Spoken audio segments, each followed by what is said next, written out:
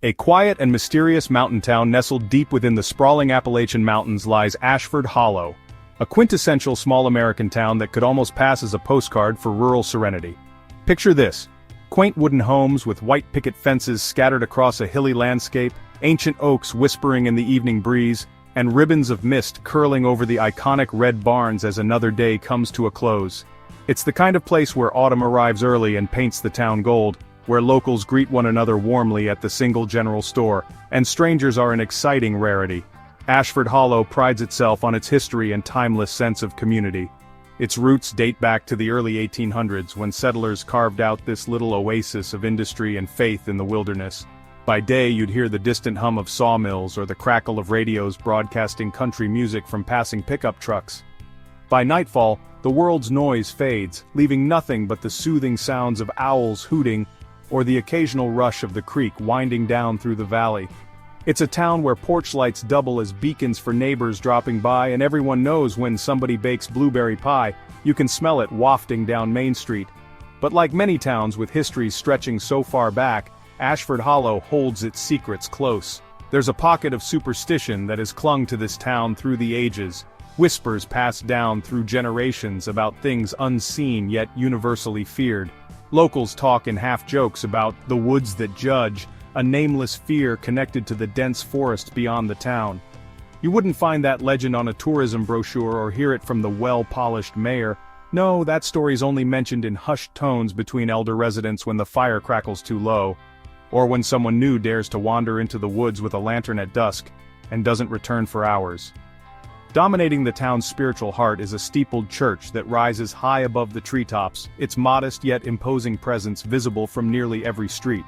St. Jude's Baptist Church has guided Ashford Hollow through generations of births, marriages, and funerals, serving as a moral compass for the resilient, hard-working locals. Here, the town gathers every Sunday, families in their Sunday best reclaiming pews claimed by their grandparents decades ago, candlelight vigils, potluck suppers, picnics on the church lawn. It's not simply attended but woven into the very identity of Ashford Hollow. The church's caretaker and beloved shepherd is Pastor Jonathan Wild, a man of unshakable conviction and magnetic presence. He has been more than the town's spiritual guide. He's a father figure, a counselor, and an advocate against the forces of erosion, economic and morale, that try to creep into this old mountain stronghold. His booming laugh and firm handshake make him difficult to dislike. It's a commonly shared sentiment. If Ashford Hollow has a protector, it's Pastor Wild. Yet for all its outward charm, there's one thing the townsfolk avoid discussing as fervently as they avoid the deep forest trails: disappearances. Every few years, someone new to town vanishes without much of a trace. A drifter here, a visitor there. Nobody anybody knew well. Most chalk it up to the wilderness, the steep cliffs and uncharted trails that tempt and claim foolhardy adventurers. Others quietly wonder if those rumors about the forests, about something lurking, have merit. There's never been enough evidence to rattle the town's cohesion, but the shadow of unease grows larger with each missing poster that eventually fades. Still, Ashford Hollow continues to thrive, on the surface. Its streets tell a story of idyllic harmony, but something in the crisp mountain air feels off, almost electric, like the breath you take moments before a lightning strike. It's the kind of quiet that hums not with peace but with secrets brewing just below the surface, waiting for the right crack in the foundation to break loose. And out in the woods, where grand pines stretch endlessly toward the heavens and the undergrowth grows thick as shadows at midnight, lies a truth so dark that even the bravest hearts tremble to seek it out. The discovery of a mass grave. It all started on an unseasonably warm Saturday in late October. Henry Caldwell and his two closest friends from Ashford Hollow had decided it was the perfect day for hiking and some early deer scouting in the woods behind St. Jude's Baptist Church. The air was heavy with the earthy aroma of fallen leaves, and shafts of golden light pierced the dense canopy above, giving the woods an almost otherworldly glow. The trio was familiar with these forested hills. Years of rough-and-tumble boyhood adventures had made them as much a part of the mountains as the trees themselves. Normally, the thick forest behind the church, with its veils of shadow and sunlight, carried a serene quiet. But that morning, a peculiar uneasiness hung in the air. The woods felt strangely still, no bird song, no rustle of squirrels darting through the underbrush. just an oppressive silence that made the soft crunch of their boots on the leaf-covered trail seem almost deafening. "Getting real weird back here, huh? I don't even hear the owls anymore," Henry muttered, balancing his old hunting rifle on his shoulder. His friend Mason, the more pragmatic of the group, dismissed it with a shrug. "Animals know when hunting season starts," he replied. "They aren't stupid, Henry." But as they moved deeper into the woods, something sharp cut through the damp, loamy air, a smell foul enough to make them all pause mid-step. At first they thought it might be a decayed animal carcass, maybe a deer or a black bear unlucky enough to meet an untimely end. Mason wrinkled his nose. "That's not just rot, something's burning my throat," he said, coughing slightly as the acrid stench increased with every step forward. "You smell that?" the youngest of the group, Travis, said with a noticeable quiver in his voice. Like something dead." The three of them fanned out, hesitant but compelled by curiosity, and something else. Something nobody wanted to admit had turned their veins icy and their stomachs tight. It only took a few minutes of scanning the ground before Henry found what the others had missed, a patch of disturbed earth just off the trail, uneven and crumbling. In the center of what looked like old burial mounds were several pieces of white cloth emerging through the soil, a stark and unnatural contrast to the brown and red leaves strewn across the forest floor. He hesitated, staring down at the mound as though touching it would alter his life in some irreversible way. "You see something?" Mason called, his tone more serious now. Henry crouched down, hovering his hand over the earth but not daring to dig. "I think it's cloth. Could just be trash someone dumped," he said, though the words sounded hollow even to his own ears. His voice cracked a little as he continued. It's tied, like a bag or something." Travis whimpered, already taking a cautious step backward. "Trash doesn't smell like that, Henry." Against every instinct that screamed for him to turn away, Henry grabbed the nearest stick and started brushing aside the top layer of dirt. As he dug, more cloth emerged. His breath quickened when he realized it wasn't just random fabric. It was attached to something. He uncovered what appeared to be the sleeve of a robe. A second later, the corner of something pale became visible through the soil, something smooth, round. When his stick struck something solid that gave a dull thunk, Henry dropped it, scrambling backward. Mason squatted down next to him, the color draining from his face. "Holy hell," he whispered, choking on the words. "That's a skull. That's somebody's goddamn skull." The smell hit them in full force as the sharpness of decay mixed with the iron tang of buried blood.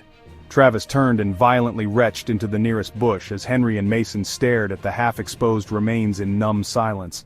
A second glance at the surrounding mounds confirmed what none of them wanted to believe. There wasn't just one body buried here. The disturbed ground stretched wide, covering what looked like multiple burial sites, some barely hidden under scattered branches and rocks. "Jesus!" Mason spat through gritted teeth, his voice trembling. "This ain't no accident! Someone did this! Buried them! On purpose!" Henry finally found his voice, though it was strained and shaky. "We need to get help! Now!" The hike back to town was frantic, filled with hurried whispers and anxious glances over their shoulders, as if fearful that whoever, or whatever, had buried the bodies would suddenly emerge from the shadowy trees. By the time they reached Ashford Hollow's town center and stumbled breathlessly into the sheriff's station, they were pale as ghosts. Sheriff Grayson, a broad-shouldered man nearing retirement, listened to their disjointed account with a furrowed brow, his heavy boots thudding against the hardwood floor as he paced back and forth. "You're sure?" he asked carefully. "You're absolutely sure this wasn't just some animal grave, or a prank?" Henry slammed his fists on the counter, his voice cracking with panic. "We're sure, Sheriff, we saw bones. And there were robes, like from a goddamn church or something." That last word caught Grayson off guard. He stopped pacing, his face darkening. "All right," he said gravely. "We're heading up there, right now. You boys, stay here, or better yet, tell the folks back home to lock their doors. This isn't something to take lightly." What came next was the kind of long day that marks the beginning of legends in a town like Ashford Hollow. As law enforcement arrived at the scene and the painstaking excavation began, it became clear that this wasn't simply one unfortunate victim, nor was it an isolated event. By the time the sun dipped below the horizon, floodlights had been set up, casting harsh beams of light over multiple skeletons laid bare in the earth. Each was clad in the same drab, faded robes. Each one bore the unmistakable marks of death by unnatural means, bindings on the wrists, haphazardly broken bones and shallow indentations around some of the skulls, as though something had been viciously tightened against their throats. By dusk, the town's usual quiet was shattered by murmurs of dread spreading into every diner, home, and church pew. Questions swirled, drowning out the evening hums of owls and cicadas. Who were the victims? How long had they been buried? And perhaps worst of all, why here, so close to St. Jude's and so far from the prying eyes of the world? The church and its strange connection. For generations, St. Jude's Baptist Church had stood at the heart of Ashford Hollow, a symbol of guidance, community, and old-world faith. Its steeple pierced the sky above the thick canopy of the Appalachian forest, and its bells rang out every Sunday morning, echoing through the quiet valleys like a call to sanctuary. In a town where everyone knew everyone else, St. Jude's was more than a place of worship. It was woven into the very fabric of Ashford Hollow's identity. Birthdays, baptisms, weddings, and funerals all passed under its peaked roof. The church held memories for everyone in town, from the elders who recalled its construction in the early 1900s, to the children who played tag on its lawn during summer potlucks. Yet, as the investigation into the mass grave unfolded, a dark cloud of suspicion began to gather over St. Jude's. For the first time in its storied history, people began to whisper uneasy questions. What was the church's connection to the bodies buried deep in the woods just beyond its property? And more disturbingly, how could something so horrifying occur right under the nose of their town, without anyone noticing? The first peculiar detail came forth almost immediately. The burial site, though technically nestled in the public forest land surrounding Ashford Hollow, was alarmingly close to the church's rear property line, actually closer to the church than to anything else in town. The woods behind St. Jude's were well tread by generations of locals, a shortcut to town for some, a hunting ground for others, but it was common knowledge that there was an unspoken boundary somewhere near the church's edge. People rarely ventured into the thickest part of the forest behind it, not because there was any official restriction, but because it simply didn't feel welcoming. Multiple townsfolk, when asked, struggled to explain the sensation. "You just get this feeling you shouldn't be back there," one older resident said while chewing on a piece of straw, shaking his head. "Families go in for a picnic or something, but they don't stay long." Even more confounding was the eerie consistency of the victims' clothing. As the remains were slowly removed from the grave by forensic teams, close analysis revealed they were all wearing similar garb: drab gray or brown robes with modest collars and long hems. The uniforms bore a strange resemblance to the volunteer robes worn during some of St. Jude's community services, a detail that sent a ripple of unease through investigators and townsfolk alike. Sheriff Grayson had initially dismissed the connection as coincidental. "Those robes, a lot of places use something like that, ain't a smoking gun," he groused. But as the questions deepened, even he couldn't deny the connection felt too convenient to sideline. This suspicion cast an even sharper spotlight on Pastor Jonathan Wild, the longtime steward of St. Jude's, whose voice had guided the community through everything from devastating floods to personal tragedies. "Pastor Wild's a good man, Henry Caldwell's mother told reporters on the sidewalk of the general store when asked for her view on the eerie proximity of the church to the graves. "If you think for 1 second he'd have anything to do with—" She cut herself off, shaking her head furiously. "No, ridiculous. Ridiculous." Others weren't so sure. A handful of former church volunteers and attendees began coming forward with accounts of odd behavior at St. Jude's in recent years, though nothing overtly alarming. "He always insisted on keeping the back rooms locked," said Nancy Hamilton, a now elderly woman who had worked in ministries under Wild's leadership. "Some closets, old storage areas. He'd say it was about keeping things organized. Said it wasn't our place to poke our noses where they didn't belong." One of the church's once active youth group members, who moved to a nearby town several years before, shared a more visceral recollection. "I remember Pastor Wild wouldn't let anyone beyond the side annex after service a few Sundays," she recalled in a tremulous voice when contacted by reporters. "He'd just sort of stand there, lingering by the door, blocking it with his shoulder until everyone had cleared out." She paused before offering one last chilling detail. "And there were strange noises too sometimes from up in the belfry, like scratching or muffled voices. I used to joke about it being birds or bats, but now, I don't know anymore." Investigators began focusing on the physical structure of the church itself. Beyond the grand central sanctuary and adjacent annexes, St. Jude's boasted an older western wing that hadn't seen frequent use in decades. This section was rumored among locals to lead down into a seldom-used basement where supplies were stored, and old choir stands left gathering dust. When questioned about these areas, Wilde maintained an air of calm, but provided few concrete answers, his normally affable demeanor souring just slightly whenever the conversation turned toward specific parts of the grounds. "We've always kept the storage areas private," was his consistent refrain. "For safety reasons, that's all." The church's rear lot raised additional concerns. Investigators noticed a well-worn dirt path stretching from a discreet gate hidden among the hedgerows at the edge of the church property. It disappeared into the forest, following a curiously direct route toward the exact spot where the bodies were interred. Wilde, when asked whether he knew about the path, seemed momentarily taken aback but quickly recovered.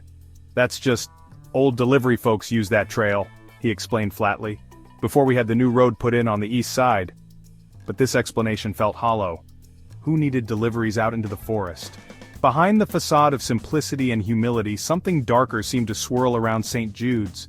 The church was no stranger to minor gossip over the years. What church isn't in a small town? But there had always been an undercurrent of reverence toward Wilde that bordered on blind devotion. And now, with ties between St. Jude's and the mass grave becoming harder to ignore, that devotion was finally being tested. As more questions arose and suspicions grew, the investigation demanded a thorough search of the church property. Wilde initially agreed to cooperate but insisted on stipulations. No disruptions to Sunday services, respect for sacred spaces, and a tight-lipped approach to avoid drawing unnecessary attention from the media. "We're a sanctuary," he reminded Sheriff Grayson during one tense exchange, "not a circus." But the sanctuary was quickly losing its sanctity, and for the first time in decades the bells of St. Jude's began to ring hollow not as a call to faith, but as an echo of something foul buried within its shadow. The testimonies of witnesses. The first wave of witnesses came forward reluctantly, their voices carrying a raw mix of fear and shame.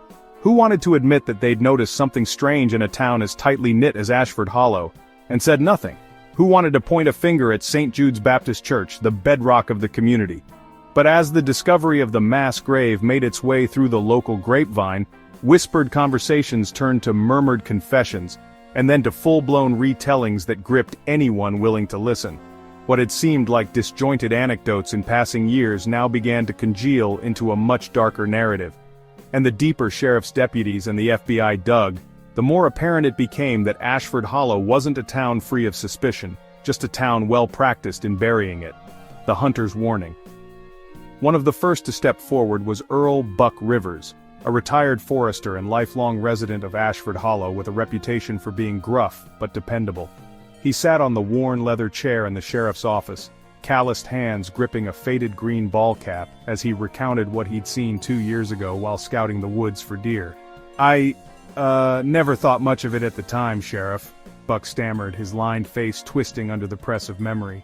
"Couldn't have guessed it was connected to anything like this." Buck had ventured deep into the forest bordering St. Jude's property on a crisp autumn morning. About a mile into the trees he came across a man in brown robes standing perfectly still beside a large patch of turned-up earth. "I didn't think much of it," Buck explained. "Thought maybe he was just burying a pet or something, or praying.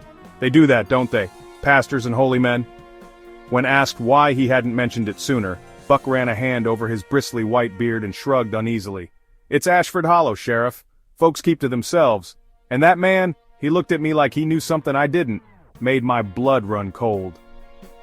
The choir director's reluctance. Helen Malone, St. Jude's volunteer choir director for nearly 15 years, was another critical witness.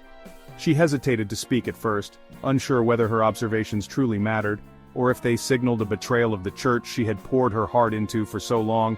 But after being approached by FBI agent Kayla Mendel, who urged her to think back on anything unusual, Helen reluctantly shared one of the strangest interactions she'd ever had with Pastor Wilde.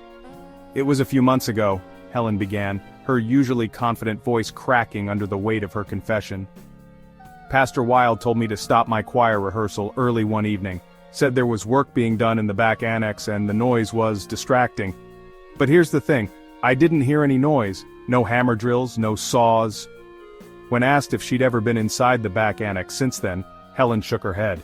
"No one's allowed back there but him. At the time I was too embarrassed to ask why. Thought, Pastor knew best." Helen paused before adding one last chilling note. "I swear I saw something, someone. walking through the woods that night, right out of the church's back gate. Looked like they were carrying something heavy, but I told myself I was imagining it. What was I supposed to do, call the sheriff over a feeling? The grocery clerk's observations. Out of everyone interviewed, Maybelle Pendleton, the 59-year-old clerk at Ashford General Market, had some of the most peculiar observations. Maybelle knew every face in Ashford Hollow and prided herself on being a good judge of character. She prattled on at first, her words an overwhelming mix of half-gossip and legitimate testimony, but soon, her story came into focus.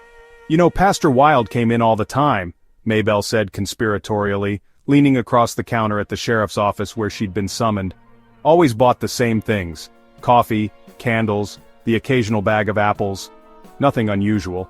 But one time, this must have been late last summer, he came in with what looked like dirt stains all over his boots." The sheriff leaned in. "And you think that's unusual for a man who works in the church's garden?" "Not just dirt, Sheriff," she said sharply.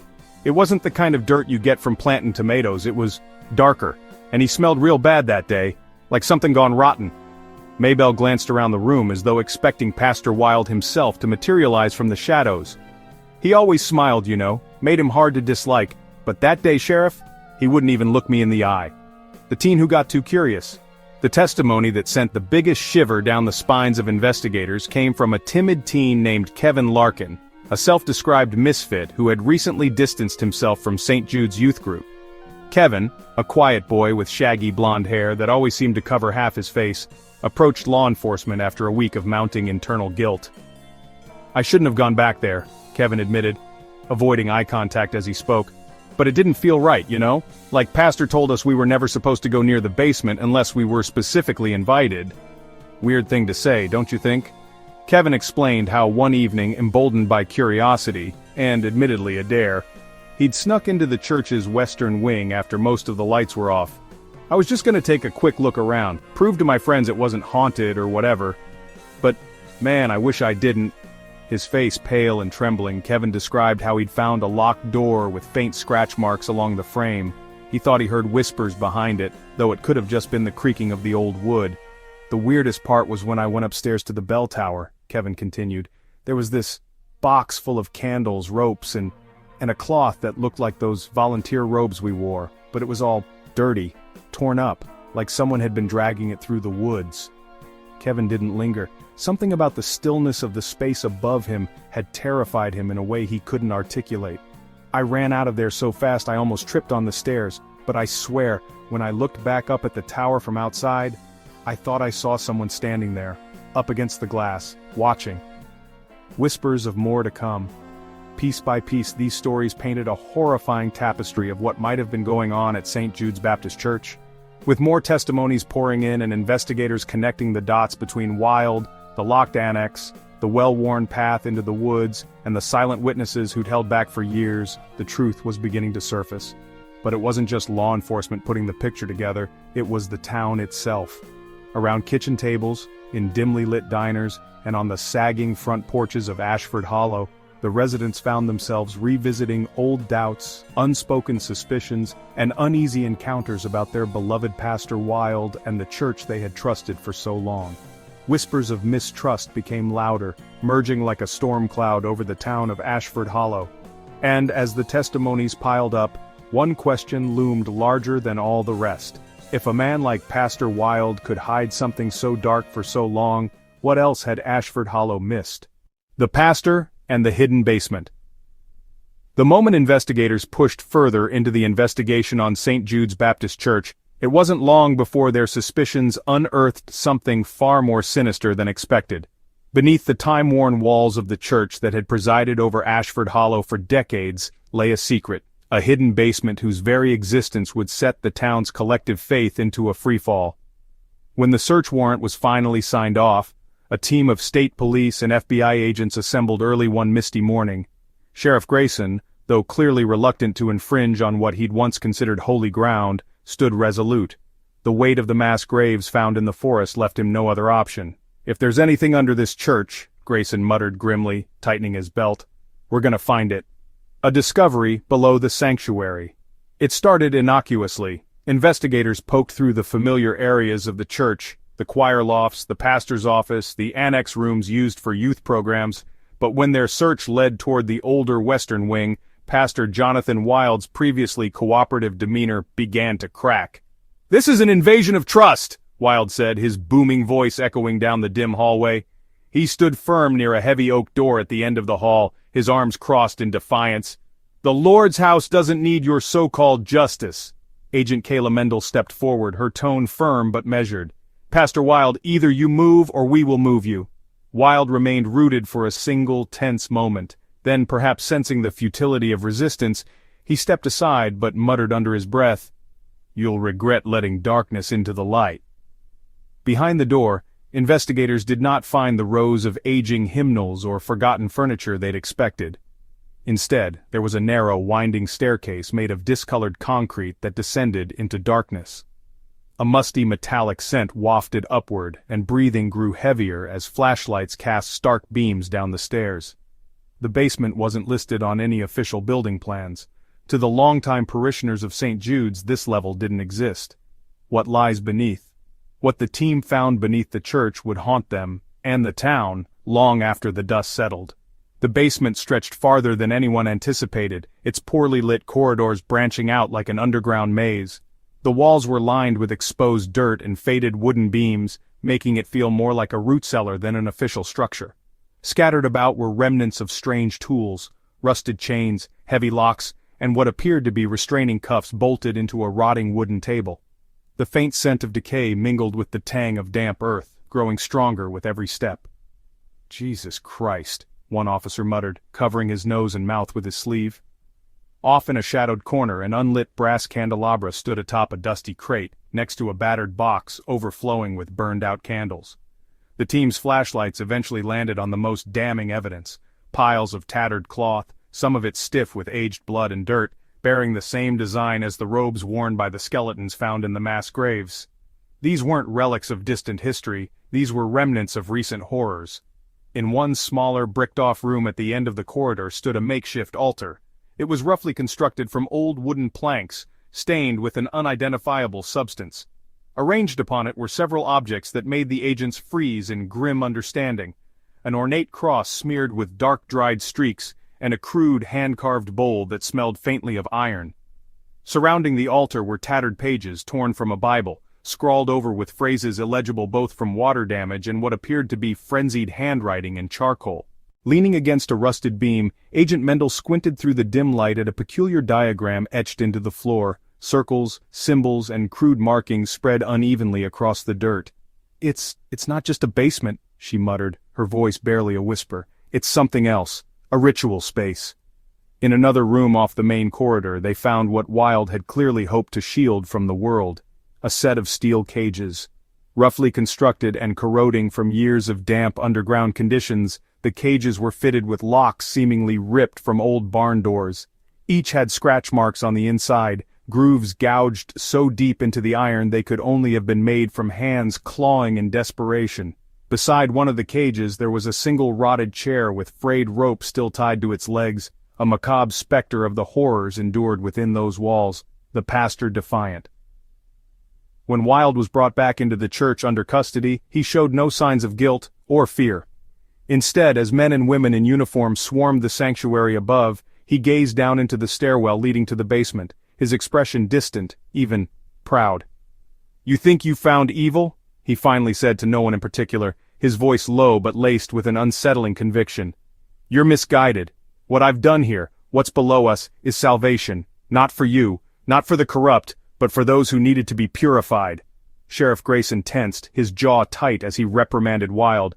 "You think burying bodies and chaining people up makes you righteous? You're no pastor, you're a butcher who hid behind scripture." Wild smiled slightly, his eyes glinting with something unhinged. "Sheriff, you wouldn't understand. No one does. Faith requires sacrifice. Some of them understood that, in the end." Echoes of horror. Although Pastor Wild was removed from the scene and shakily led out under armed escort, the excavation of the basement continued well into the evening.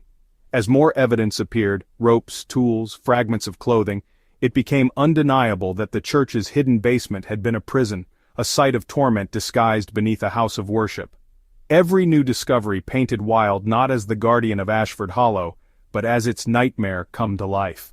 When news of the basement reached the townsfolk, the fallout was swift and devastating. Devotion was replaced by disbelief, then grief, and finally rage. "How did we let this happen?" choked Reverend Edgar Moore, a retired minister from a neighboring township who had once spoken fondly of St. Jude's. "We prayed there, we brought our families there, and all the while—" The betrayal ran deep. St. Jude's, a symbol of unity and hope for over a century, now loomed as a hollow shell, its bells silenced and its doors chained shut in disgrace. People who once turned toward the church for comfort now crossed the street to avoid its shadow. And down in the forest below its stained glass windows, beneath the canopy where secrets festered, vultures began circling overhead. The legacy of the hidden basement. The basement's discovery wasn't just physical, its implications tore at the already fragile seams of Ashford Hollow. How many people had entered Wilde's church, thinking they were safe within its walls, only to find terror at the hands of the man they trusted most? Whispers haunted every corner diner, every gas station counter. Faith in Ashford Hollow wasn't simply shaken, it was shattered. And even as investigators worked tirelessly to uncover every inch of Wilde's underground labyrinth, the feeling grew that not every secret buried below St. Jude's Baptist Church would ever see the light of day. Some truths, it seemed, linger in the shadows, and Wilde, despite his capture, might still hold them there. The testimony of a survivor. Her name was Emily Carter, a name scrawled hastily in the town ledger years ago and then seemingly forgotten. Emily wasn't a regular in Ashford Hollow. She didn't grow up there, didn't have family in town, and didn't attend St. Jude's Baptist Church like most of the locals. Yet, she had drifted into town about a year earlier, hungry, distraught, and looking for some form of refuge. The people who remembered her described Emily as a quiet woman, one who kept to herself and rarely made eye contact. So when Emily was found shaking and half-conscious near Deadman's Creek deep in the woods, wearing a torn gray robe caked in mud and streaked with blood, she wasn't immediately recognized. Her discovery sparked even more questions for a town already weighed down by the ghastly revelations taking place within its borders. She was the first person tied to the many disappearances who wasn't discovered beneath 6 feet of soil. Emily survived, but just barely. The woman found in the woods. It was an early morning when 2 local hunters spotted her lying prone near the edge of the creek where the woods seemed to fold into the landscape like a dark embrace. Her skin was pale, her frame skeletal, like prey that had narrowly escaped the jaws of a predator. She mumbled something incoherent as the men approached her, words that sounded foreign at first but soon became clear. "The bells! Don't listen to the bells!" One of the hunters, Clayton Barnes, later recounted the discovery in somber detail. "When we found her out there, she looked like a ghost. Thought she wasn't even alive at first." His voice grew quieter as he added, "She kept grabbing at her throat like something was bound around it. But there wasn't nothing there." She was rushed to Ashford Hollow's small clinic, where nurses worked tirelessly to stabilize her. By the time Emily regained consciousness, news had spread across the town like wildfire. A living survivor had been found, one possibly connected to the horrors unearthed behind St. Jude's. And though Emily's body showed signs of physical healing, it quickly became clear that her mind remained trapped in the nightmare she had escaped. The first words, a cryptic warning. When investigators led by Agent Kayla Mendel and Sheriff Grayson sat by Emily's bedside, what they heard sent chills down their spines. Her voice was hoarse, barely above a whisper, and her gaze remained fixed on the ceiling as though afraid to meet their eyes. "He said I was chosen," Emily rasped, her words carrying the weight of both terror and exhaustion. He said only the pure could be saved." Silence fell over the room as the agents exchanged uneasy glances. "Who's he, Emily?" Mendel asked gently, leaning closer but careful not to overwhelm her. "Can you tell us who he is?" Her lips trembled as her hands clutched the thin blanket. "The pastor," she whispered finally. "It was him, Pastor Wilde. But he's not what you think he is. None of it is what you think." The name struck the room as though the air had been sucked out of it. While accusations had swirled, this was the first direct confirmation from someone who had experienced Wilde's darkness firsthand, piecing together her ordeal. Over the following days, Emily's fragmented memories began to paint a clearer, more horrifying picture. She spoke about being approached by Pastor Wilde months earlier, shortly after she wandered into St. Jude's for shelter on a rainy night. At first he had seemed kind, a man of faith, a shepherd who promised her protection, purpose, and, in his words, salvation. "He said God led me to him," Emily told the investigators, her eyes hollow but filled with the embers of anger. He said I belonged with the chosen, that he could help me cleanse myself of my sins. For a woman like Emily, homeless, vulnerable and searching for hope, those words had been a lifeline. Wilde offered her a place to stay, and for the first few weeks she lived in a small room within the church. But slowly, Wilde's demeanor changed. His kind smile grew tighter, colder. His sermons, once gentle and hopeful, became filled with fire and brimstone threats about the unworthy and the damned. Emily noticed the way he watched her, measured her, as if cataloging her every move. He started saying things, she recalled with a shudder. Things about the bells, how they'd guide me, how they'd test me. I thought he meant the church bells, but no, it was something else. The descent into darkness. One night Wilde led Emily down to the western wing after service. He said he had something to show me, something holy. Her voice cracked as she continued. I wanted to trust him, thought maybe this was all part of the faith, but when he opened that door, she trailed off, tears welling in her eyes while her hands instinctively gripped her arms as though to shield herself. After a few long moments, she quietly added, It wasn't holy, it was hell. The basement Wilde led her to was dimly lit by flickering candles, and the air down there had felt heavy, suffocating. Emily described seeing strange symbols etched into the ground and crude tools that looked more suited to torture than worship. As Wilde locked the door behind them, she realized, too late, that she wasn't there to experience salvation. He said I needed to be purified, she choked out. That I wasn't ready yet. He tied me down, made me kneel for what felt like days. I could hear the screams, other voices, and the bells, they were so loud. Over the weeks that followed, Emily claimed she was kept in what could only be described as a cage, her wrists bruised from the bindings, her body weak from near starvation. Wilde visited her daily, spewing twisted scripture as he performed what he called rites. She suspected there were others. Sometimes she heard footsteps, whimpers, the groan of doors opening and slamming shut, but she never saw their faces. Wilde always made sure she couldn't. Her escape. When asked how she escaped, Emily's expression shifted to something distant, almost haunted. There was a storm, she recounted slowly. The power went out. The locks didn't hold. In the chaos of flickering lights and Wilde's frantic shouts, Emily had managed to pry open her cage with the sharp edge of a broken chain. She didn't stop to think or look back. Her feet carried her through the maze-like basement, past the altar and the symbols she didn't have the words to describe, until she found a narrow staircase leading up into the woods. It felt like running for miles, she whispered. But the forest, it wasn't safe either. The bells kept ringing in my head. I thought he was chasing me. When she finally stumbled upon Dead Man's Creek, her body gave out. That's when the hunters found her. The weight of her words. Emily's story hit the investigators with the force of a freight train. It was the missing piece that confirmed Wilde's direct involvement in the atrocities hidden beneath Ashford Hollow. Sheriff Grayson, who had once seen Wilde as the town's moral backbone, sat quietly for a long while after she finished. His disbelief had melted into rage long before she uttered Wilde's name. I thought he was supposed to save us, Emily said in a voice barely above a whisper. But everything he said, everything he did, was to build hell right here. Her testimony wasn't just a glimpse into Wilde's methods, it was a blistering condemnation of how far he had fallen, and how deeply the town had ignored the darkness festering in its most sacred place. The pastor's methods.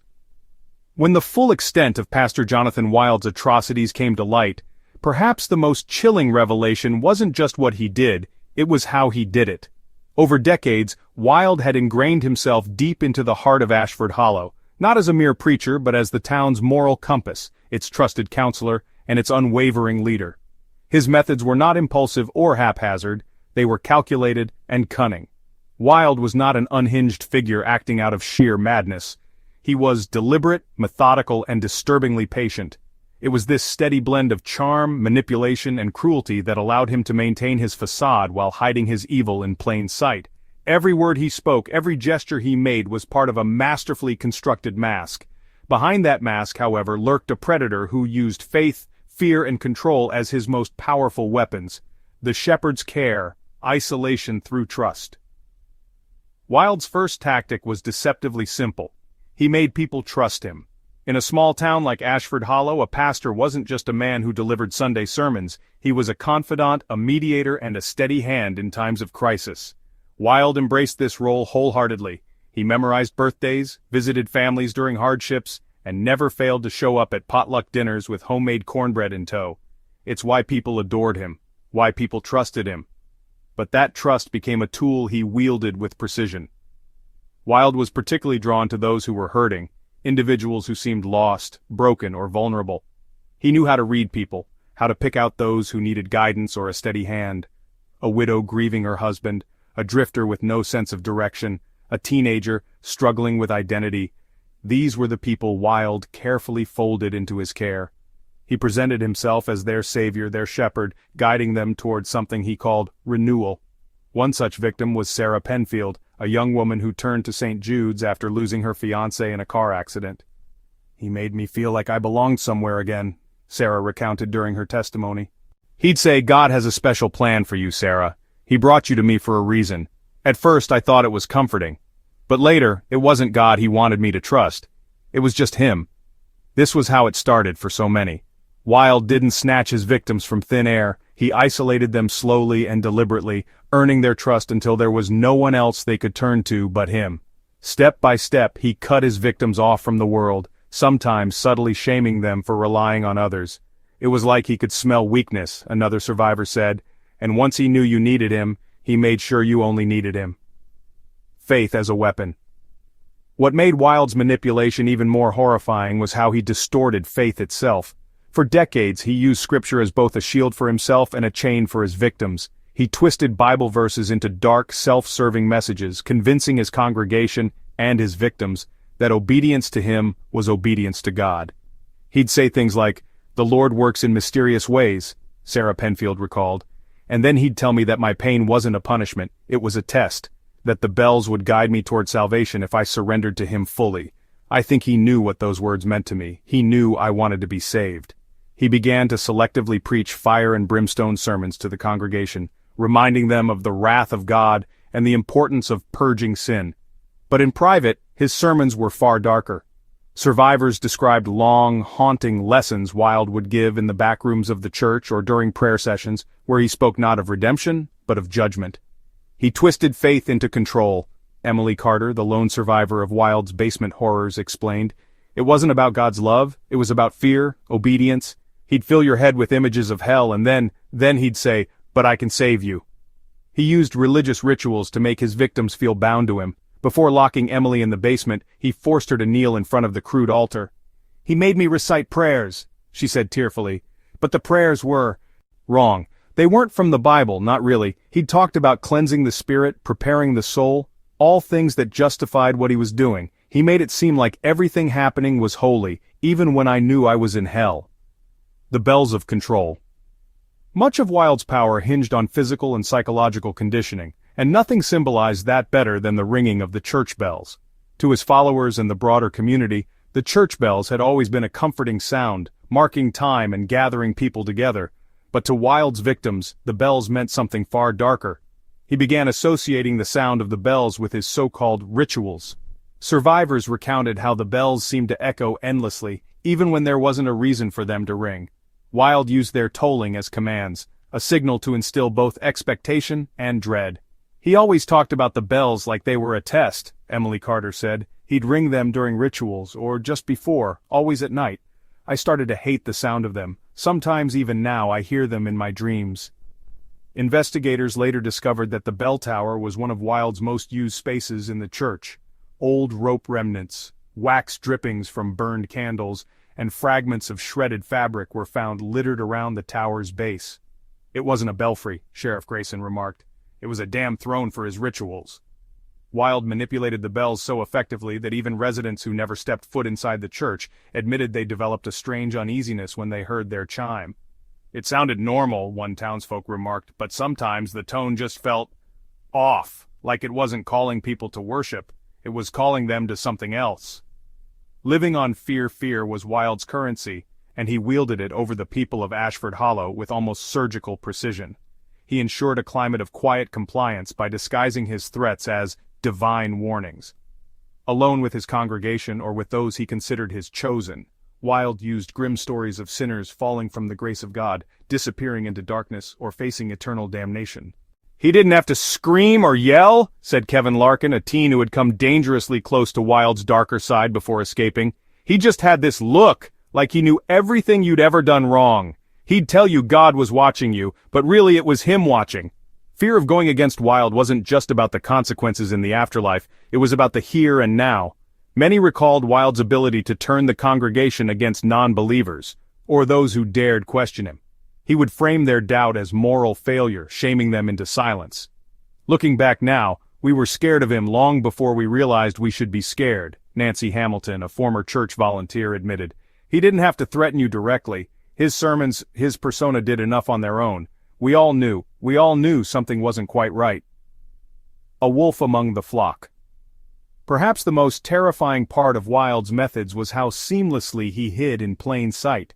He didn't operate as a raving lunatic or an obvious deviant. He was the friendly face of Ashford Hollow, the man who prayed over the sick and gave advice to troubled couples. But behind closed doors he was a wolf, cloaked in a shepherd's robe. Every kind word was a leash. Every act of apparent generosity was bait. And by the time his victims realized they were trapped, Wild had already sunk his claws too deep to let go. By abusing trust, faith, and fear in equal measure, Jonathan Wild ensured that Ashford Hollow would remain blind to the truth of his terror, until it was far too late. While the town mourned its dead, they also had to confront the painful reality that Wild had used everything they held dear, community, belief, and trust, against them in the most twisted ways imaginable. He wasn't just a monster, he was a methodical architect of despair. Even as investigators pieced together his methods for capturing, controlling, and silencing his victims, one dark question remained unanswered. How many more people, how many more lost souls, had disappeared under his watch, never to be found? Exploiting faith and fear. To the people of Ashford Hollow, Pastor Jonathan Wild represented more than just a spiritual leader. He was a moral anchor, a voice of calm in life's storms, and a reminder of the enduring strength of their community's faith. And somehow, he turned all of that against them. He didn't just exploit faith, he weaponized it. He twisted the very principles the town cherished most, using trust and fear as chains to bind those who sought him out for solace.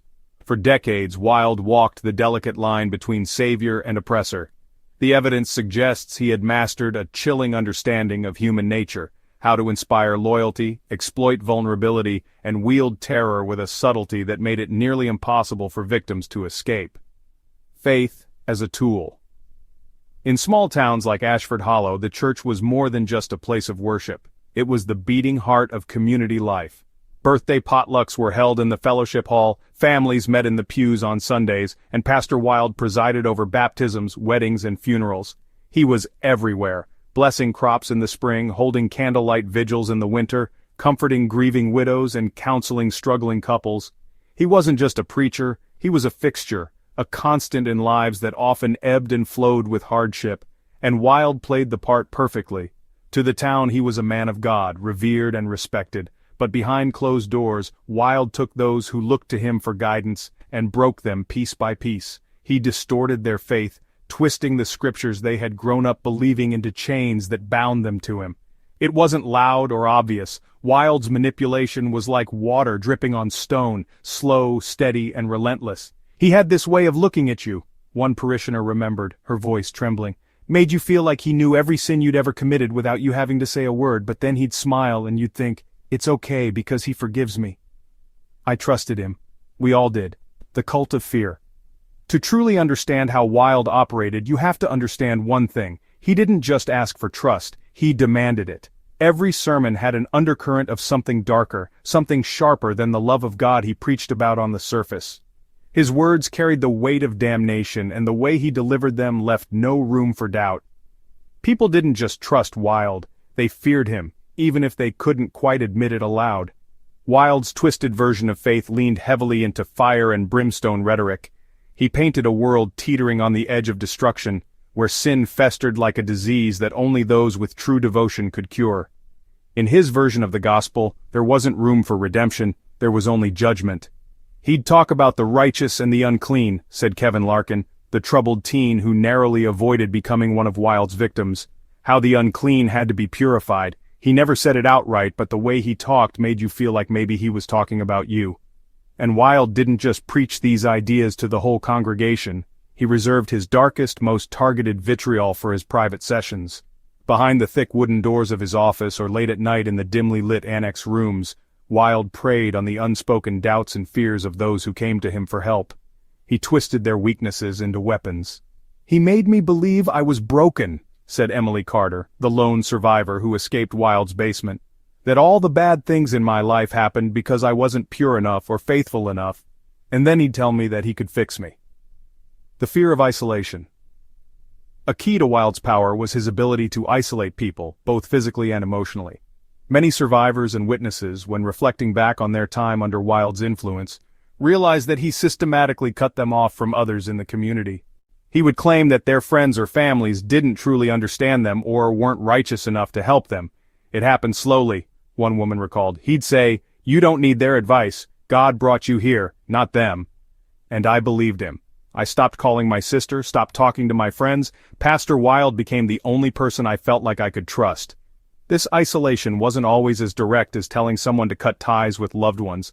Wilde's approach was much subtler. He would weave a narrative where outsiders couldn't be trusted. They didn't understand God's plan, or they were false believers. Parishioners who once confided in neighbors or sought advice from family soon found themselves turning to Wilde for everything, and Wilde made sure they believed only he had the answers. The more isolated they became, the easier they were to control. The bells, subtle conditioning. In Ashford Hollow, the sound of the church bells ringing was a familiar comfort. It marked the hours, called people to prayer, and served as a communal soundtrack to life in a small, peaceful town. But for Wilde, the bells became a darker instrument of control. For many, the sound of the bells became synonymous with Wilde himself. Survivors later reported that Wilde would ring the bells at strange hours, not always to call people to church but to create a sense of unease. To the victims he kept captive in the basement, the bells were both a trigger and a form of conditioning. "They would ring at night," Emily said, her voice trembling, "sometimes for no reason. And when they rang, I knew something was going to happen. I still can't hear bells without feeling like I can't breathe." The ringing was tied to his so-called rituals, and Wilde would often use the toll of the bells to assert his authority, reinforcing the message that every aspect of life in Ashford Hollow, even time itself, was under his control. Faith turned into submission. Perhaps Wilde's greatest feat was convincing people that submission to his will was the same as obedience to God. For many in his congregation, questioning Wilde felt like questioning their faith, a risk they weren't willing to take. Whenever someone doubted him, he had this way of turning it against them, said Nancy Hamilton, a former ministry volunteer. He'd say, "The devil wants to confuse you, don't let him pull you away from God's light." And you'd feel so guilty for even thinking about questioning him. This psychological manipulation built a fortress of silence. Parishioners who noticed something off were too scared to speak up. Wilde's victims were too ashamed or conditioned to seek help, and the rest of the town, who only saw Wilde's charming exterior, refused to believe that their beloved pastor could be capable of the horrors taking place right under their noses. The power of fear and blind faith. Wilde didn't need chains to hold people captive. He used fear and blind faith. He built a world where people feared both questioning him and disappointing him, a world where he was simultaneously a spiritual guide and an unshakable force looming over their lives. And the most haunting part? He didn't just terrorize individuals. He terrorized the entire town. Even those who never stepped foot in his church felt his influence. Even now, long after Wilde's capture, the people of Ashford Hollow struggle with the weight of their silence. "He made us afraid of him," Sheriff Grayson admitted bitterly. "And we didn't even see it. He used everything we believed in, our faith, our trust, our small-town values, and he turned it against us." In the end, Wilde's power lay not just in what he did, but in how he made others complicit, whether through silence, fear, or misplaced trust. For decades, he manipulated the very core of what it meant to belong to Ashford Hollow, and in doing so, burned its soul to the ground. Uncovering the crimes. The uncovering of Pastor Jonathan Wilde's crimes began like a slow-brewing storm, with gusts of unease shaking the town's seemingly airtight reality until it finally cracked wide open, exposing the horrors hidden beneath. It was a revelation that shook Ashford Hollow down to its foundations. A place that had, for decades, prided itself on its faith, its trust, its tightly woven community fabric. But that trust had been a cloak, allowing Wilde to carry out unthinkable acts right under their noses. It started with a quiet trail of questions, whispers drifting through Sunday pews and across diner counters, and grew into something much heavier, a weight no one could ignore, one that stained Ashford Hollow forever. The first domino, the discovery in the woods. The discovery of the mass grave behind St. Jude's Baptist Church was the first shock. It brought law enforcement and media attention to the sleepy mountain town, turning its serene streets into a frenzy of flashing lights, desperate reporters, and hushed conversations behind locked doors. For the townsfolk, it started as disbelief. "This can't be real," they muttered, clutching their coffee mugs at sunrises that suddenly seemed unfamiliar.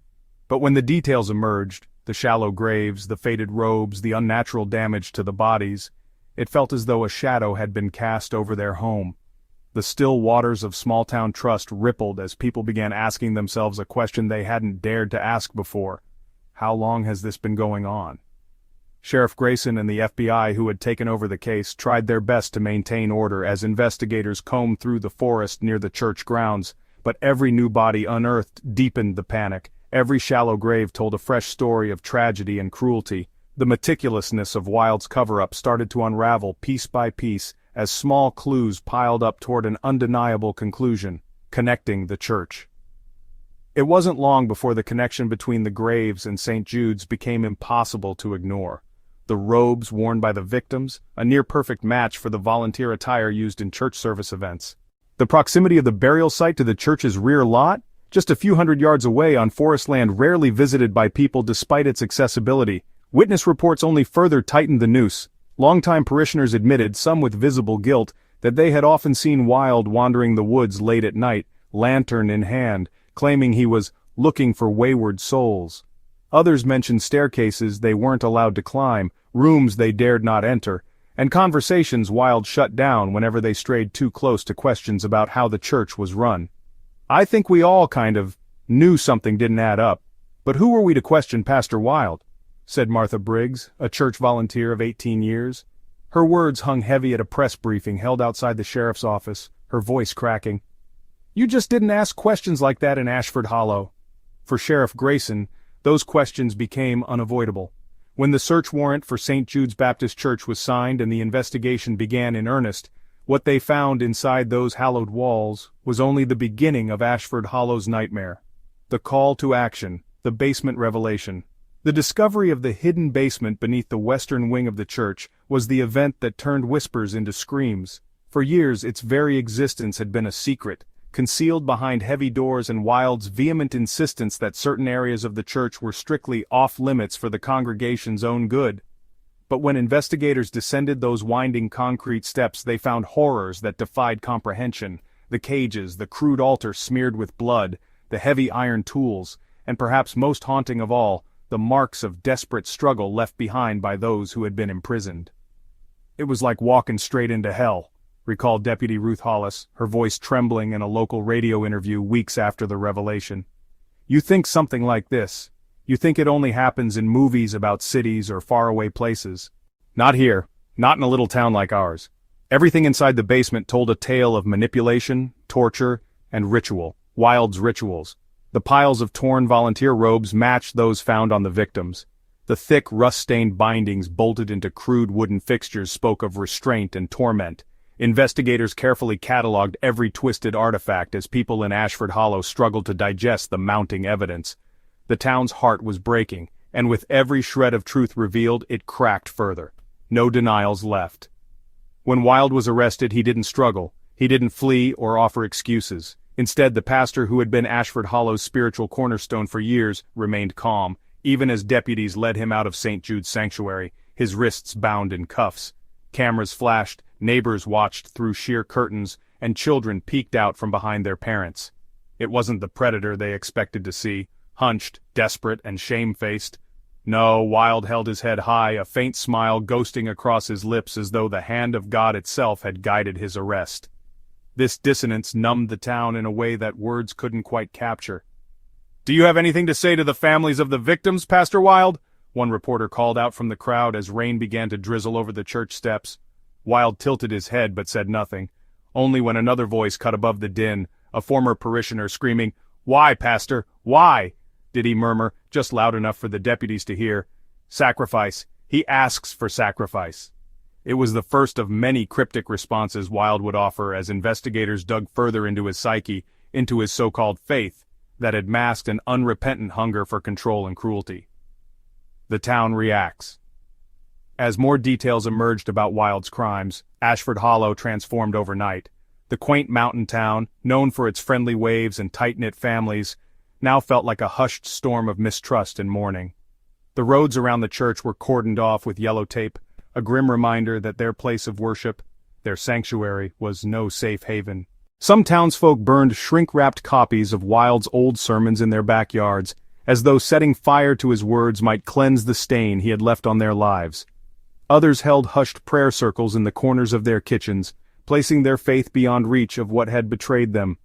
And then there were the families who quietly placed calloused hands on the freshly carved names of loved ones listed on battered memorial boards near the town square. For years, words like sacred and salvation were woven into Ashford Hollow's identity. Now they were relics, hollow echoes of the lies Wilde had stitched into his sermons and acts of false benevolence. Shadows in the open. Though Wilde was behind bars, his crimes cast a long shadow. Without hesitation, the congregation abandoned St. Jude's. The church now stood empty, its steeple looming like a warning over the town's skyline. Many in Ashford Hollow began whispering that the church should be torn down, but others demanded it remain, a scar, a reminder of how blind faith had allowed horror to thrive so close to home. Sheriff Grayson, who had grown up in Ashford Hollow, summed up the collective heartbreak during a town hall meeting weeks later. His voice quivered as he addressed his neighbors. "We can't change what was done in those woods. We can't unsee what was in that basement. But we have to ask ourselves, how did we let this man fool us? Because if it happened here, it could happen anywhere." A fragile hope for Ashford Hollow, the process of healing would be slow, and even then, some wounds might never fully heal. The graveyard outside St. Jude's now serves not just as a resting place for the departed, but as a haunting reminder of what lies can do when wrapped in the guise of righteousness. Jonathan Wilde's sins had been unearthed. But for the people of Ashford Hollow, the hardest battle was just beginning. Rebuilding the trust Wilde had shattered. The confession and the sentence.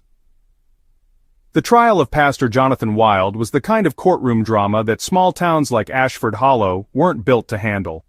The modest courthouse, with its weather-worn stone steps, peeling paint, had seen its fair share of property disputes and the occasional petty theft, but nothing, not in the town's long, quiet history, had ever prepared the community for this.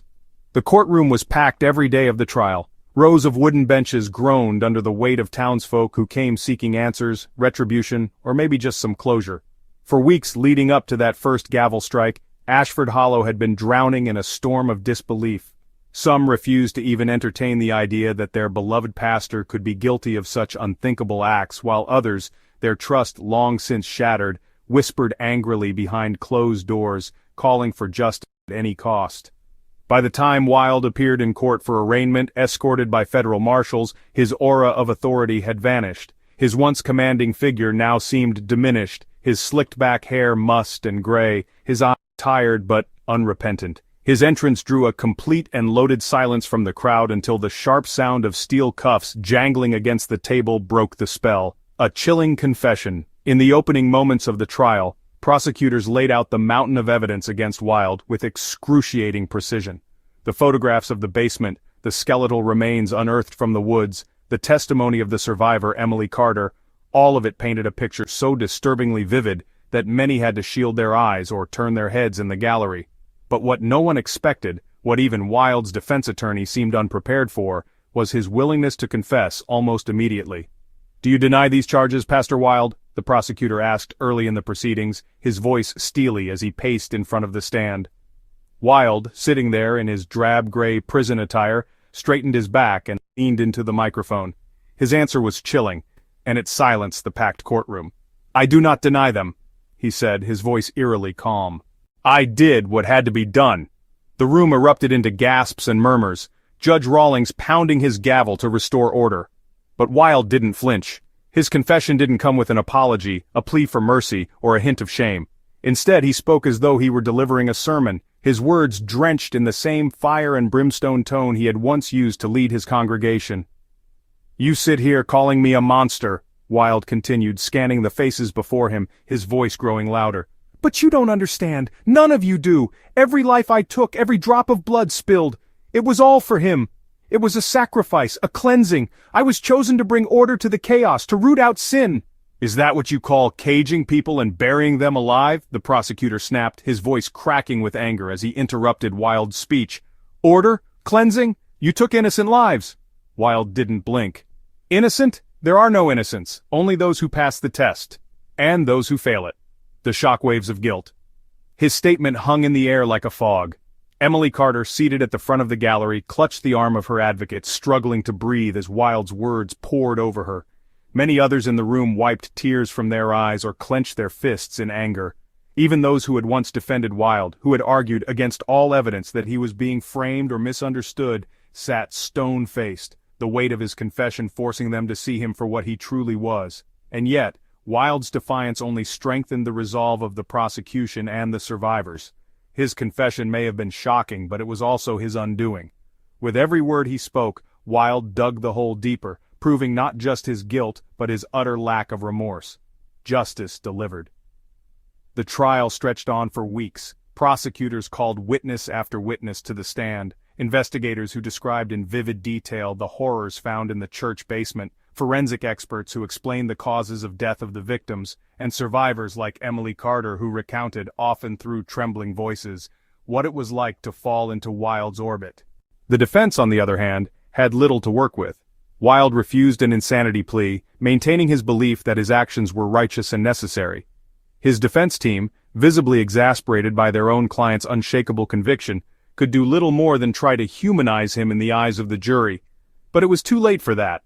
Jonathan Wilde had destroyed any resemblance of humanity in himself the moment he recited his twisted theology as a justification for murder.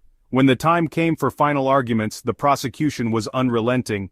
"This man," the lead prosecutor said, pointing directly at Wilde, "took everything sacred in this town, faith, trust, love, and turned it into a weapon of fear and death. He has shown no remorse, no desire for redemption, and no acknowledgement of the lives he destroyed.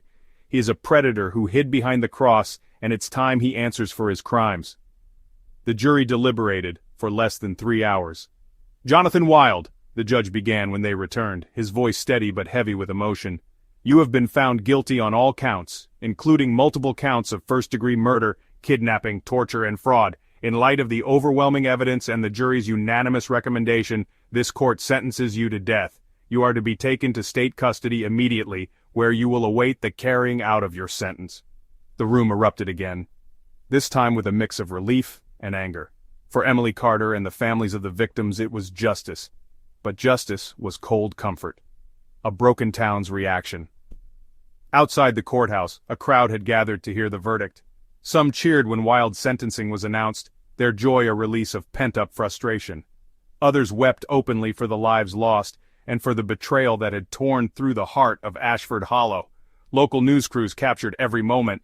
The town that had once been defined by its picture-perfect community and unwavering faith was now a national headline. Reporters leaned into the controversy, desperate to pull every detail for public consumption: the pastor who preached death, sins of the shepherd, the church of fear. For Sheriff Grayson, who stood on the courthouse steps watching the reporters swarm victims and townsfolk alike, the investigation's end didn't feel much like a victory.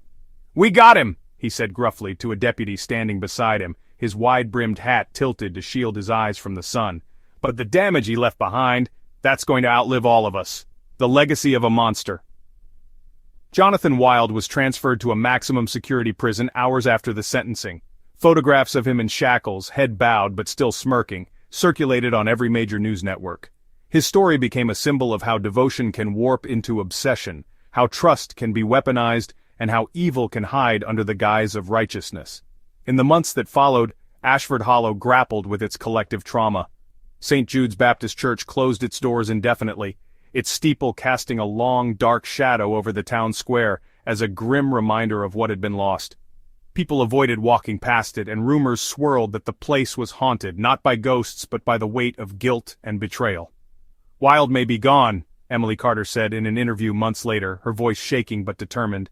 But he left scars on this town, on me, on all of us, and we're the ones who have to live with them. For Ashford Hollow, rebuilding trust would take years. For Wilde, there was nothing left but silence. Alone in his prison cell, awaiting his eventual execution, the man who had once filled his congregation with fear and his victims with despair had nothing but the echoes of his own twisted theology to keep him company. The community faces the truth. Ashford Hollow wasn't just a small, quiet mountain town. It was a picture of what people thought small-town America should be. Families grew up here for generations, neighbors watched each other's children, and porch lights stayed on long after the sun set, welcoming anyone passing by. But now, that comforting image felt like a lie, a facade ripped apart by Jonathan Wilde's crimes. The community didn't just mourn the victims buried in the woods or struggle to comprehend the horrors unearthed beneath their church. They mourned themselves. The innocence they had lost, the lives they thought were simple and safe, and the faith placed in a man who had betrayed them all. Facing the truth wasn't easy. For some, it would never happen at all. The seen and the unseen. In the days following Wilde's sentencing, Ashford Hollow felt like a ghost town. The diner, a hub for gossip and laughter, was emptied of its usual chatter, the steady clang of coffee cups on tables replaced by hushed, broken murmurs. The familiar faces that had greeted each other with warm smiles now gave wide berths on sidewalks, avoiding eye contact. For others, acknowledgement of Wilde's evil came in bursts of denial. There must be something we're missing, argued Eleanor Hayes, clutching her Bible tightly as if the pages could explain how someone like Wilde could exist. She refused to believe the man who baptized her grandchildren could also be the man who orchestrated such horrors. He married my parents. Joe Marshall, the owner of the general store, said bitterly to anyone who'd listen, "That man blessed my little girl when she was born. Do you know what it's like to look back at every good memory tied to him and have it feel poisoned?" Others simply couldn't bring themselves to talk about it. Doors stayed closed, blinds were drawn, and the once tight-knit community unraveled into isolated fragments.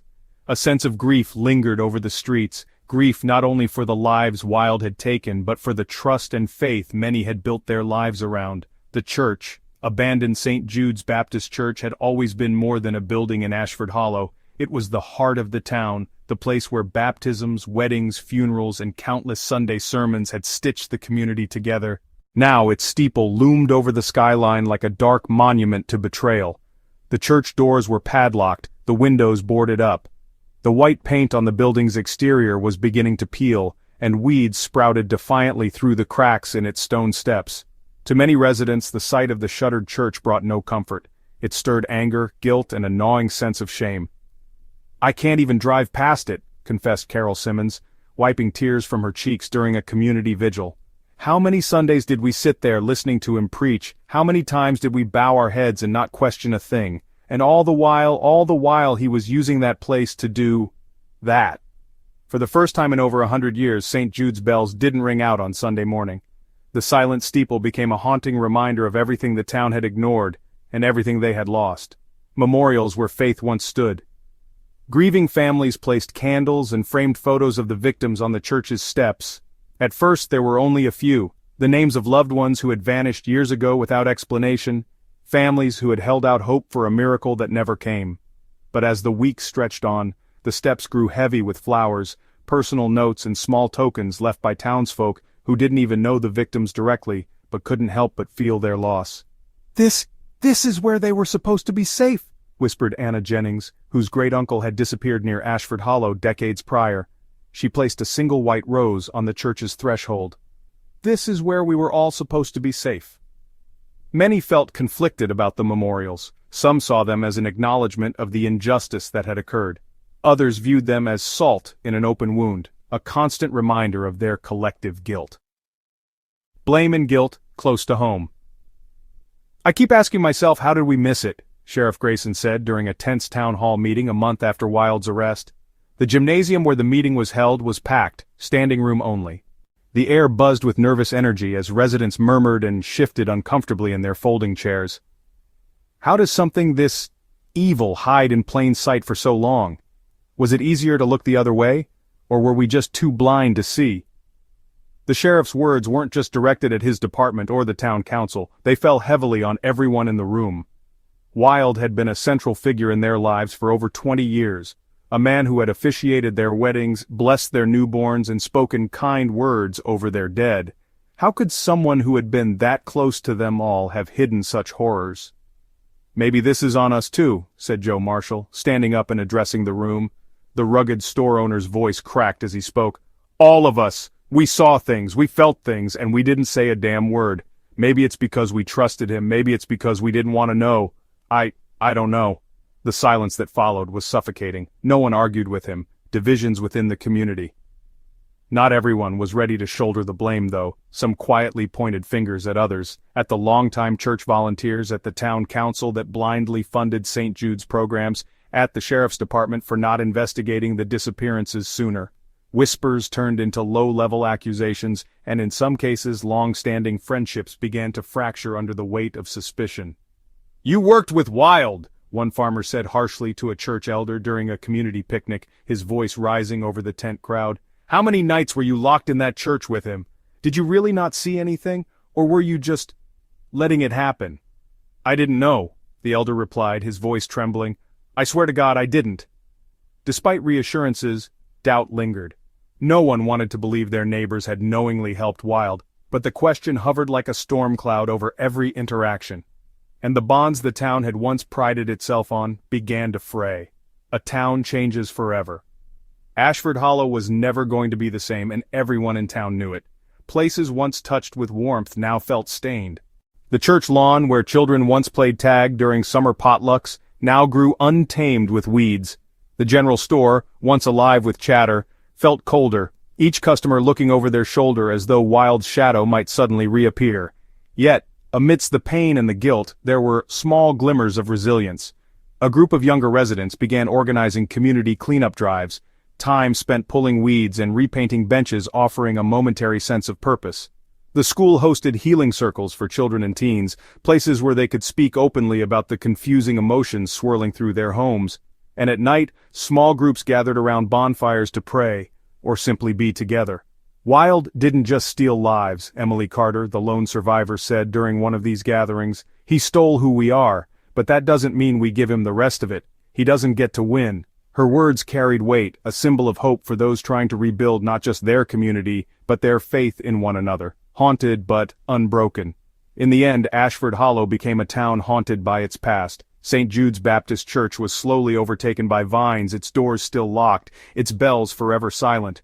The community debated demolishing it, a symbolic gesture of starting fresh, but others argued that the building should stand as a warning to future generations, a grim reminder that evil can hide even in the places we trust most. "You don't forget something like this," Sheriff Grayson said years later, standing outside what was once the church's front door. "And maybe we're not supposed to. Maybe you keep the scars so you remember to never, ever let it happen again." For Ashford Hollow, healing was neither quick nor easy. The warmth of the town would return slowly, through small acts of kindness and shared moments of reckoning. But the shadow of Jonathan Wilde, the man who exploited their faith, their fears, and their trust for decades, would never fully disappear. It lingered, a part of their story they couldn't rewrite, but also one they wouldn't allow to define them forever. The lessons of trust and vigilance. The story of Ashford Hollow, once idyllic and untouched, had always been one of closeness, shared values, and unwavering faith. A place where trust wasn't questioned, and where community ties seemed unbreakable. But the tragedy of Pastor Jonathan Wilde taught this small town one of the harshest lessons imaginable. Sometimes the things that look safe, the people you trust the most, can hold the deepest, darkest secrets. What happened in Ashford Hollow wasn't just a breach of trust on an individual level. It was a collective reckoning, a realization that blind faith, when unchecked, can be as dangerous as the evil it ignores. Generations of residents had embraced the comfort of certainty, never asking questions, never considering that darkness could creep into the heart of their sanctuary. But Wilde's manipulation of that trust wasn't just an attack on the victims he buried in the woods, it was an attack on the way the entire town lived, the values they built their community around. And for Ashford Hollow, the healing couldn't truly begin until they faced the lessons Wilde had left in his wake. The danger of blind faith. Jonathan Wilde rose to power not just because of charisma or eloquence, but because he preyed on the very thing that made Ashford Hollow so close-knit, their trust in one another. His sermons were laced with messages of hope, of salvation, and of endless devotion. For years he positioned himself as the town's moral cornerstone, the person people could turn to when they were lost, questioning, or seeking purpose. But as time passed, Wilde's influence grew less about faith and more about control. He knew that in a town like Ashford Hollow, where people rarely looked beyond traditional norms or questioned authority, blind faith was as effective a tool as any weapon. And the truth was, no one dared look too closely. This was perhaps the hardest lesson for Ashford Hollow to learn. Faith isn't inherently dangerous, it's the thing that binds families and communities, offering comfort in times of pain. But like any form of power, faith becomes fragile the moment it's placed entirely in one person's hands. "It's not wrong to have faith," Sheriff Grayson said during a public memorial for the victims. His voice was tired but clear. "What's wrong is handing it over to someone without asking if they've earned it. What's wrong is believing someone just because it's easier than questioning them." He glanced at the grieving families as he spoke, his hat held respectfully in his hands. Wilde knew we wouldn't challenge him, and that's how he won. That's how he hurt us. Trust, but verify. There was another realization that swept through Ashford Hollow in the wake of the tragedy. Their unchecked trust hadn't just enabled Wilde to commit his crimes, it created the perfect environment for them to flourish. Neighbors quietly admitted to themselves that they had seen red flags over the years. Wilde's secretive behavior, the restricted areas in the church, the stories of missing people that felt unanswered. But no one wanted to ask questions. No one wanted to believe that the man who prayed over their children, stood beside their hospital beds, and spoke of heaven could also usher in hell. This apprehension to question authority wasn't unique to Ashford Hollow. It was an uncomfortable truth about small-town life everywhere. To question someone like Wilde wasn't just a challenge to their authority. It was a challenge to the entire community's sense of stability. "It's not that we didn't notice," admitted Karen Hayes, an elderly widow, during a town meeting several months after the revelations. "How many nights did I sit next to him at church socials? How many times did I shake his hand? He'd look you in the eye, and you'd just believe him. That was his gift, wasn't it? Making you believe." Karen's voice broke, and she looked out at the faces of her neighbors, her own grief mirrored in their expressions. "But now, after everything we've learned, I ask myself, why didn't I dig deeper? Why didn't any of us?" That was the hard truth. Trust without boundaries is not trust at all. It's submission. And Ashford Hollow learned the importance of verifying the people they gave their faith to, a difficult concept for a town that had once prided itself on trust being enough. Protecting the vulnerable, Wilde specifically targeted people who were vulnerable: the grieving, the lost, the isolated. His charm wasn't generic, it was honed like a blade, designed to cut into the hearts of those who felt alone. He told them what they wanted to hear, and when they trusted him, he tightened his grip. For Emily Carter, the lone survivor, the reminder of being chosen by Wilde still haunted her. "It wasn't until it was too late," she shared in an interview, "that I realized I wasn't the only one he said that to. I thought he cared. I thought he saw something good in me, but now I know he just saw weakness." Emily's story became central to the town's renewed focus on protecting its most vulnerable members. They created support groups for widows, teens, and those who faced personal struggles. Spaces where people could speak freely without fear of being judged or manipulated. Posters reading, "It's okay to ask questions," were hung in schools, churches, and community centers, a reminder that help could come from many places, not just the loudest voice in the room. "No one should feel like they're alone," Sheriff Grayson said, his words underscored by the quiet echoes of the gymnasium where he spoke. "What Wilde did, what we allowed to happen, it won't happen again if we look out for each other. Not under blind trust, no. But real trust. The kind where you ask hard questions and keep asking them." Teaching the next generation for Ashford Hollow, ensuring their children understood the lessons of Wilde's devastation, became a cornerstone of their recovery. Teachers incorporated discussions about critical thinking and personal responsibility into their classrooms, not to instill fear, but to empower them to recognize when something or someone felt wrong. "It's not about raising kids to distrust everyone," explained Miss Turner, the town's only sixth-grade teacher, in a letter to parents. "It's about giving them the tools to listen to their instincts, to speak up when something doesn't feel right, to understand that standing up to authority isn't disrespectful when that authority harms others." In her schoolroom, she pinned a quote that would come to define the next generation of Ashford Hollow: Have faith, but trust your gut. What Ashford Hollow left behind. Wilde's crimes etched something permanent into the fabric of Ashford Hollow, but the townsfolk refused to let it define their future. The church was closed indefinitely, vines creeping up its white-paneled walls, its bells silent forever. Some argued the building should be torn down, while others demanded it stand as a reminder of how trust misplaced can lead to horror left unchecked. Faith, they realized, wasn't the problem. Misused faith was. The tragedy forced the people of Ashford Hollow to reevaluate what trust meant, how it could be earned, and why it was worth protecting. They stopped being afraid to ask hard questions, even of the people they loved the most. To preserve what remained of their community, they knew they had to look deeper, to hold themselves and their leaders accountable. Sheriff Grayson put it perfectly in a town-wide address some years later near the overgrown lawn of St. Jude's. We loved our pastor, we trusted him, and we lost that part of ourselves when we found out who he really was. But what we learned, what we had to learn, is that trust doesn't mean silence, trust doesn't mean blind faith, trust means looking out for each other, even when it's hard. A quiet promise to never forget.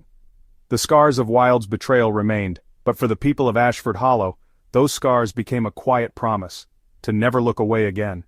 They rebuilt their town not by burying what had happened, but by facing it, over and over, until the memory of Wilde's crimes became less of a shadow and more of a warning, never again. Doors that had once stayed locked in fear began opening to neighbors again. Porch lights, for the first time in what felt like forever, stayed on late into the night. And though Ashford Hollow would never fully reclaim the innocence it had lost, it would become something else, a town that would never again mistake silence for safety.